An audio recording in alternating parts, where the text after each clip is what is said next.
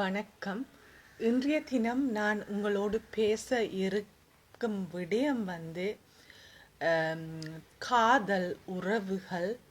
அதுவும் ஒரு காதல் உறவில் ஏற்கனவே உள்ள ஒரு நபருடன் ஆம், எங்கள் காதலை வெளிப்படுத்துவதை பற்றியான ஒரு உரையாடல். உண்மையிலேயே இது எனக்கு மிகவும் கஷ்டமான ஒரு தலைப்பு.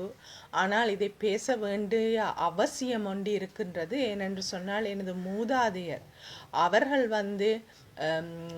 ஆங்கிலத்தில் அஃபேர் என்று சொல்லுவார்கள். அதாவது திருமண பந்தத்தில் இருக்கும் போது அவர்கள் வேறு பெண்களுடன் ஏற்படுத்திய அந்த தொடர்பு, அதனால் அது எவ்வாறு எனது வாழ்க்கையை பாதித்தது, ஏன் நாங்கள் அவ்வாறான விடயங்களை பேச தயங்க வேண்டும், ஏன் அவற்றை வெளிப்படுத்தி அதை சாதாரணமாக்க கூடாது என்ற நோக்கத்தோடு தான் இந்த காணொளியை நான் பதிவிடுகின்றேன். ஏனென்று சொன்னால் பல விடயங்கள் நாங்கள் மூடி மூடி மறைப்பது. அதில் ஒன்று திருமண பந்தத்தில் உள்ளவர்கள் காதல் வயப்படுத்தப்பட்டு வேறு ஒரு நபருடன் தொடர்பில் இருப்பது, அவர்கள் காதலிப்பது, இவ்வாறான விடயங்களை நாங்கள் ஒருபோதுமே அங்கீகரிப்பதில்லை. சட்ட ரீதியில், தனிப்பட்ட ரீதியில், குடும்ப ரீதியில், சமுதாய ரீதியில், சமய ரீதியில்.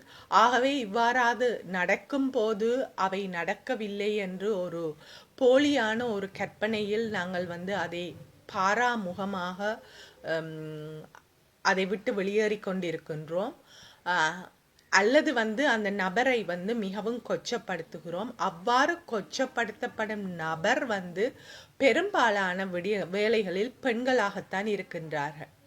அந்த ஆண் அந்த பெண்ணை நாடி சென்றாலும், திருமணமான ஆண் பெண்ணை நாடி சென்றாலும், அந்த தவறு, அந்த தப்பு, அது பிழை என்ற ஒரு கருத்து ஏற்படுத்தப்படுவது பெண்ணின் மீது. எமது குடும்பத்தில் நடந்த சம்பவம், ஒருவர் மனைவி இறக்க முதலே அவருக்கு அந்த பெண்ணுடன், தனிப்பெண், அவ வேலை நிமித்தமாக அவரிடம் வேலைக்காக வந்த விடயம், அவர்களுடைய ஒரு இணைப்பு ஏற்பட்டது. பின்னர் அவருடைய மனைவி இறந்த பின்னர் அந்த பெண்ணுடன் ஒரு தொடர்பில் அவர் ஈடுபட்டிருந்தார்.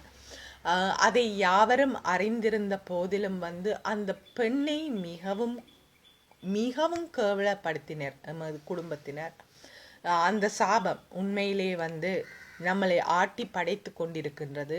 நான் முன்னும் எனது குடும்பத்தினருடன் கதைத்து பார்த்தேன்.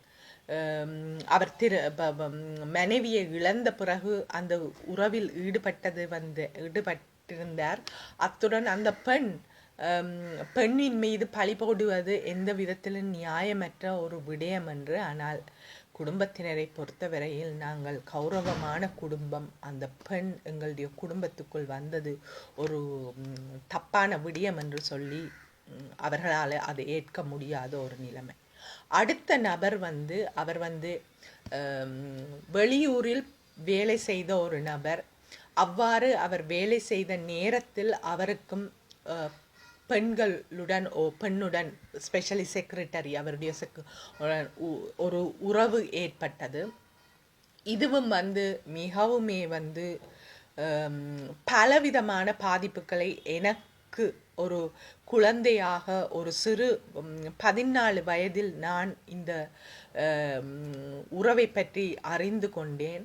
அது உண்மையிலேயே எனது வாழ்க்கையை மிகவும் பாதித்த ஒரு உறவாக இருந்தது. அதாவது என்னாலே அந்த நேரத்தில் அதை ஏற்றுக்கொள்ள முடியாதிருந்தது. அத்துடன் அது தப்பு, பிழை, தவறு என்றதில் மிகவும் உறுதியாக இருந்தேன். ஆனால் இன்று அதை பரிசீலனைப்படுத்தும் போது எவ்வளவு காலத்துக்கு ஒரு மனிதன் தனியாக வாழ முடியும்? அவருக்கு திருமண பந்தத்தில் மனைவி இருந்தாலும் அந்த மனைவி அந்த கணவனுடன் இல்லாத பட்சத்தில் அந்த கணவன் வேறு ஒரு நபரை தேடி செல்வது பிழையாக இன்று எனக்கு படவில்லை. அது எனது அப்பா தான்.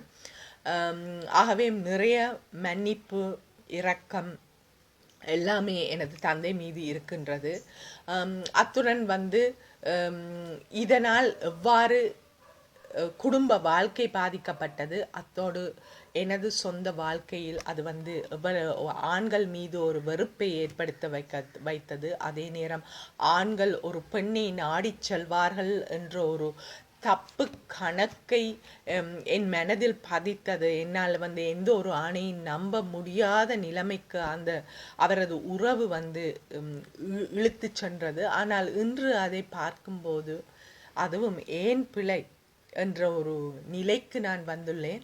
ஆகவே இந்த காதல் காதலிப்பது வந்து காதல் உணர்வு, காதல் என்பது வந்து ஒரு கோபப்படுவது போன்ற ஒரு உணர்ச்சி.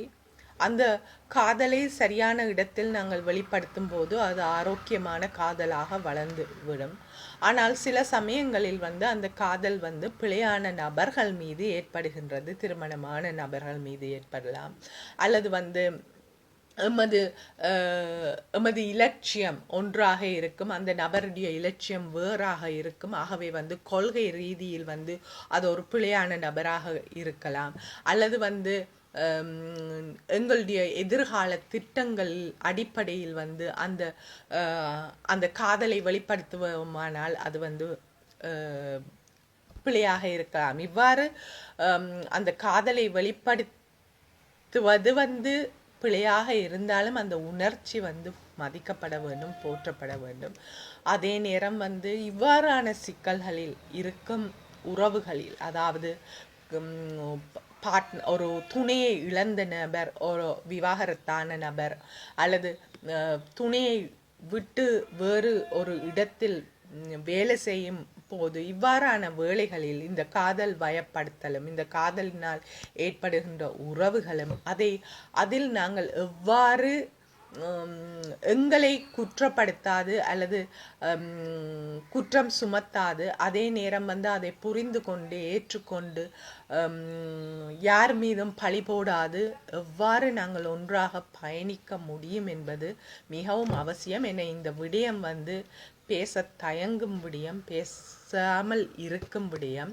ஆனால் பலரது வீடுகளில் இது வந்து ஒரு சாதாரண விடயம். பலர் இதனால் பாதிக்கப்பட்டிருக்கின்றார்கள். ஆகவே நானும் இதை பற்றி பேசணும் என்ற எனது ஆவலின் காரணமாக நான் இதை பேசுகின்றேன்.